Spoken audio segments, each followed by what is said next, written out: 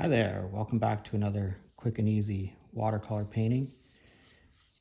I'm Rod Bergeron, and today we're going to be doing a little bit of sort of wet on wet. I got a 3/4 inch flat brush here, and I've put some quite a bit of water on the page, and I'm going to put on here a little bit of Payne's gray and a little bit of blue, and we're just going to let that do whatever it is it's going to do. Okay, I'm not going to rinse this brush out. I'm going to pick up a little bit of this Payne's gray that I have right here, and I'm just going to touch it along the edge here of where my wet area is. And I'm trying to make some pine trees, so I'm using the shape of the 3/4 inch flat to give me that, you know, to give me some points on my trees there. Okay, just some pointy tops, and I'm going to leave this section open in the middle.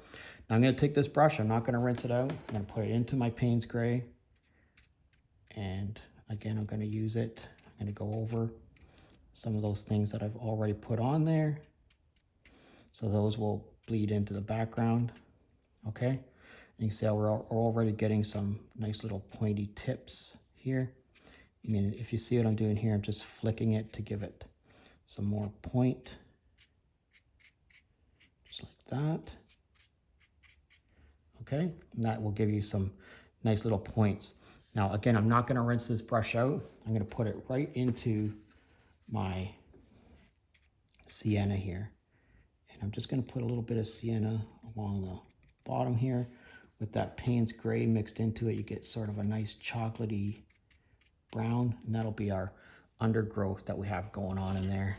This is my #1 round brush, and you'll see that I've sharpened one end of it here, and I'm going to drag this through here. This is going to give me some more points on some of my pine trees. It's also going to let me pull some of that undergrowth and give me some small trees in there. Okay, I'm going to take this same brush, I'm going to put it into right into my sienna. I'm going to give it a little bit more of a color bump there with some of that.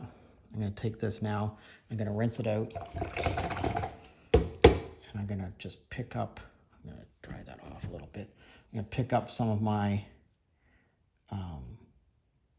sap green, and I'm just going to touch this in a few places like that. Okay, maybe even a few places in the underbrush there. Okay, now I'm going to take this brush and I'm going to put a nice line across here with some of that sap green, and maybe I'm going to rinse this out now, and I'm going to pick up a little bit of Payne's gray here. It's a little bit too much, and I'm just going to put that right across there and let that all blend together and become whatever it is it's going to become.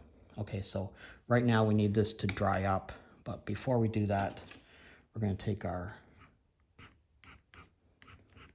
little sharpened end of our brush. Now you could use anything for this, you know, like a barbecue skewer, toothpick, wood stuff, anything wooden I find works best. Don't try to use metal, it'll just cut into the page. Okay, let's let this dry and see what we end up with. Actually, before we let this dry, let's try an experiment. Drop a little bit of salt up here into this trees. This is just regular table salt. A little bit of salt across there. Now let's let it dry and see what we end up with. All right, that actually took a long time to dry, but that's okay. We ended up with some very cool effects across here. I mean, look at what happened to these trees in the background here, and how this took over right here. That's really cool. And I just put some yellow ochre in here. I'm actually going to take my brush. I'm not going to clean it out. I'm going to pick up some of this, which is a little bit of sienna mixed in with some yellow ochre. Just give it a little bit of a indication where there might be some hills going on in there. I'm actually going to take this also across here a little bit. Just like that, just one line across there. All right, that's turned out pretty cool how that's all mixed together in there. Actually, I might just touch this in a few places like that too. All right, let's let this dry and see what we end up with. All right, let's have a look at this. Look at this, how this has really created an effect where it looks like there's some trees way off in the distance across here. And this mixing of colors across here turned out fabulous too. All right, that's kind of a cool little painting. I like the red, this sienna, how intense that is across there too. Now you can move it around, give yourself more sky, less sky, kind of like that gray up there in that sky too. All right, maybe that's where it's going to end up being. All right, thanks for watching. If you're currently a subscriber, I thank you very much. And if you're not currently a subscriber, please consider subscribing to my channel. I'd love to hear from you. I'd love to know where you're from. If you could drop me a comment in the comment section, I'd really appreciate it. Thanks for watching, and we'll see you again next time. All right, if you're going to hang around here for a second, I think I'm going to try to put in some more, I'm using a Sharpie pen here.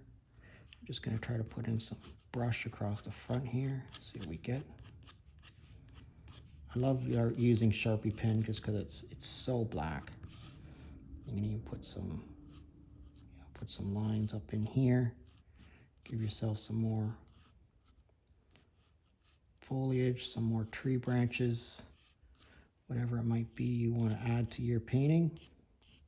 Sharpie pen is a great way to do it. And I might put a little bit of stippling across here too.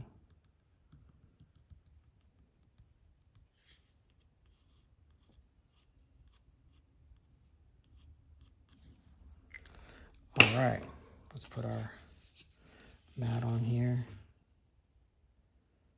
Okay, that's pretty cool. Thanks for hanging around today. If you're currently a subscriber, thanks a lot. See you again next time.